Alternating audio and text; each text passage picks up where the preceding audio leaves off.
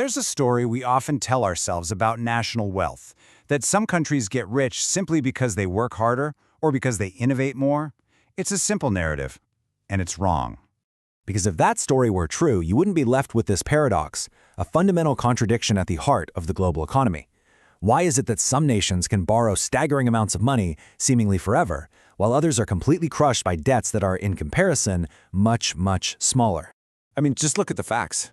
You have the United States running deficits of a scale that is hard to comprehend, or Japan with a national debt more than double the size of its entire economy.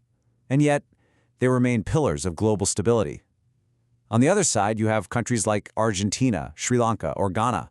Their debts are comparatively smaller, but their economies seem trapped in this brutal, repeating cycle of crises after crisis. It's the same global system, but the outcomes couldn't be more different.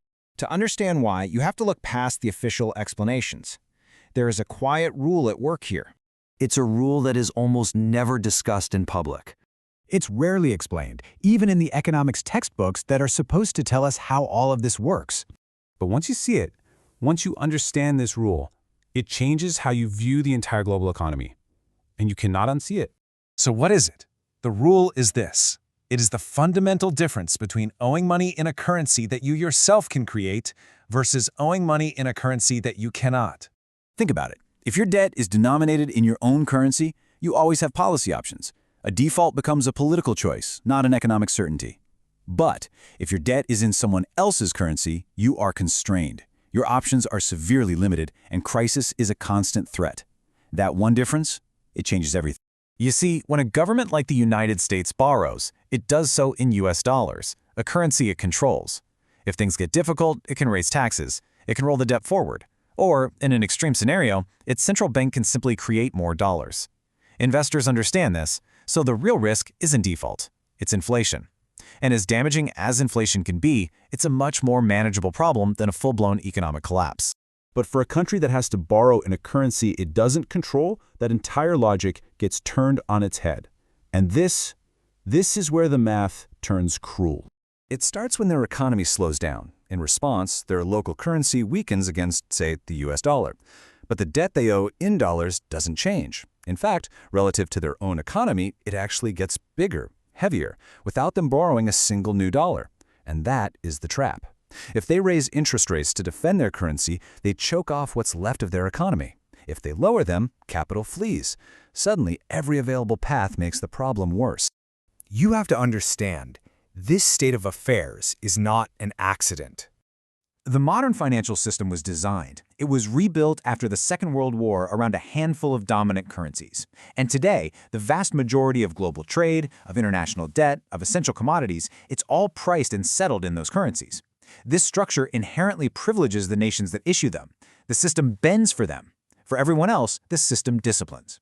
Quietly and relentlessly. This is why, when a crisis hits, you see wealthy nations respond with massive stimulus and monetary easing, and it's seen as responsible. At the same time, poorer nations in the exact same situation are told to impose austerity and cut spending. The very same actions are judged in completely opposite ways, depending entirely on who is taking them. It's easy to call this hypocrisy, but it's not. It is simply math and power.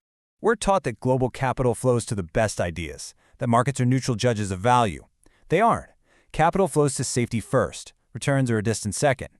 And in the world of global finance, safety is synonymous with currency power.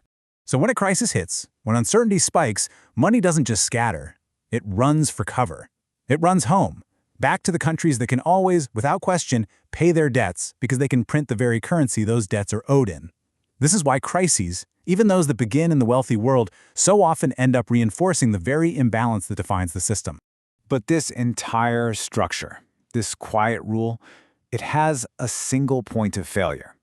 It functions only as long as the world continues to trust this small handful of currencies, trust that they will hold their value, and trust that the institutions behind them will remain stable. But look at the world we're in now. Debt levels are at historic highs. Geopolitical risk is rising everywhere. So you have to ask, what happens if that trust begins to erode? Because a system built on this kind of quiet privilege doesn't tend to break with a loud bang. It fractures. Slowly. Almost invisibly at first.